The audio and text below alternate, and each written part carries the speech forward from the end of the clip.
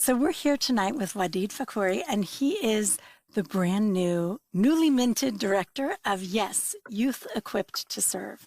And so we've been talking both about Wadid and about the history of Yes, because honestly, they intertwine.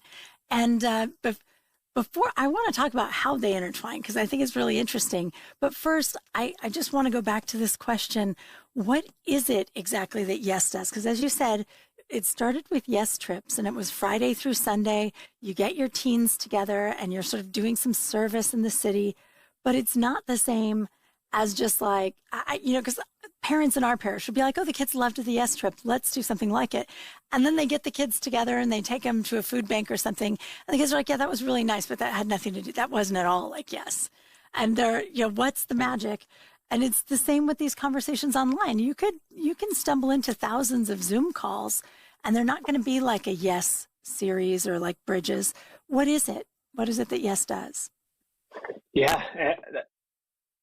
I think the thing that Yes does is they're very intentional with not just what we're doing, but how we're doing it.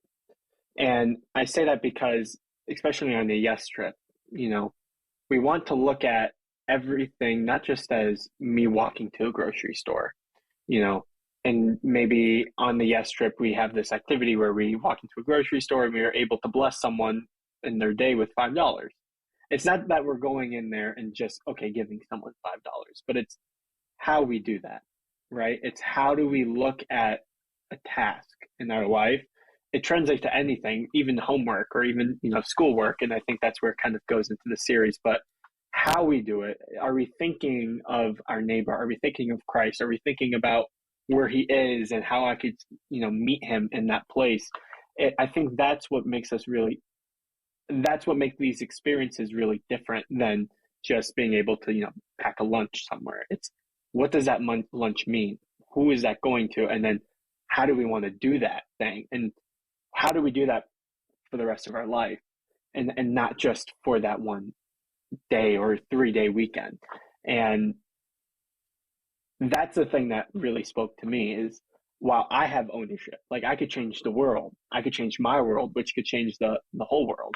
And I felt like I was actually empowered to do those things because I understood the thought process. Like, okay, so I need to think of where Christ is. I need to think of him when I'm doing these things, when I'm walking, my dog around the block and I see my neighbor and maybe I have my headphones in, like maybe I just wave, maybe I say hi, maybe there's some sort of connection to meet Christ in that person.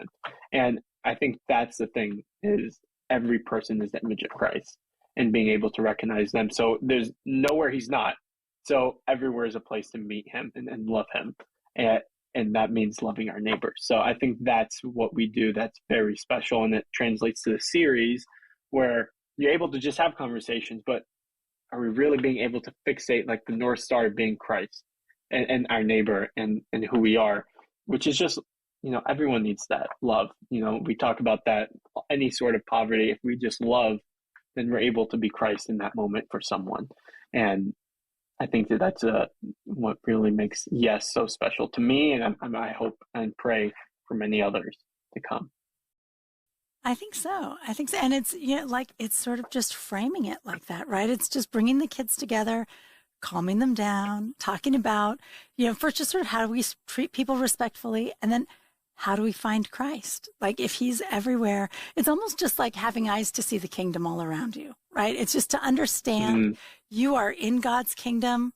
Christ is right in front of you, and everything you do is a moment that you're spending with Christ, and how are you going to spend it? And when you're aware of that, everything has meaning, everything is beautiful. And I think what the kids really respond to is that they feel this joy in it. And it's like, they may not have felt joy in church. They may not have felt joy in Sunday school. Like maybe they did, but maybe not, right? Like maybe it has just been a thing that they do with their parents or whatever.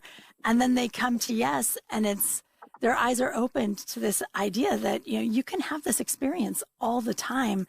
And it's a really profound and beautiful experience. And it's a way of allowing Christ to give meaning to your actions. And that's, we're in a world that it's hard to come by meaning, and it's really, what a beautiful thing. I love it. And as you said earlier, to really roll back. But when you were talking about your first Yes trip, you were saying at the time, Yes was more focused on younger kids, like on high schoolers. And then since then, Yes has become a little more focused on young adults. But the interesting thing about that is that those Yes trips were led by Yes leaders who are like camp counselors. They're kids who went on a Yes trip and now they're, early college age or something, and they're coming back to lead a Yes trip in some other town. And so that was from the start, Yes was always this organization that took high schoolers and sort of exposed them to this way of seeing the world and then gave them opportunities for leadership, whether that was just giving them the confidence to go lead in some other arena, or it was actually giving them opportunities within Yes to become leaders. And so, so is that kind of the path that you took? Did you go from being a kid on a Yes trip to a Yes leader to the director of Yes?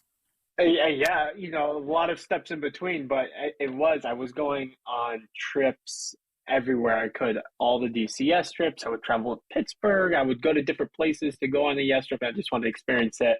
And then in 2018, I became a Yes leader after I met you, Elisa, and I became a Yes leader, was leading on these Yes trip experiences, which is also so special that we're like at that point in my life, I was able to go and, going into college, that's a whole thing, right? The whole mind-breaking moment. But then I became on the ministry team, which is helping support the Yes mission and the programs within it, while I was also a Yes leader. And then I became a part-time employee, and then throughout college, and then I was able to serve as the program manager coming out of college as the other full-time position.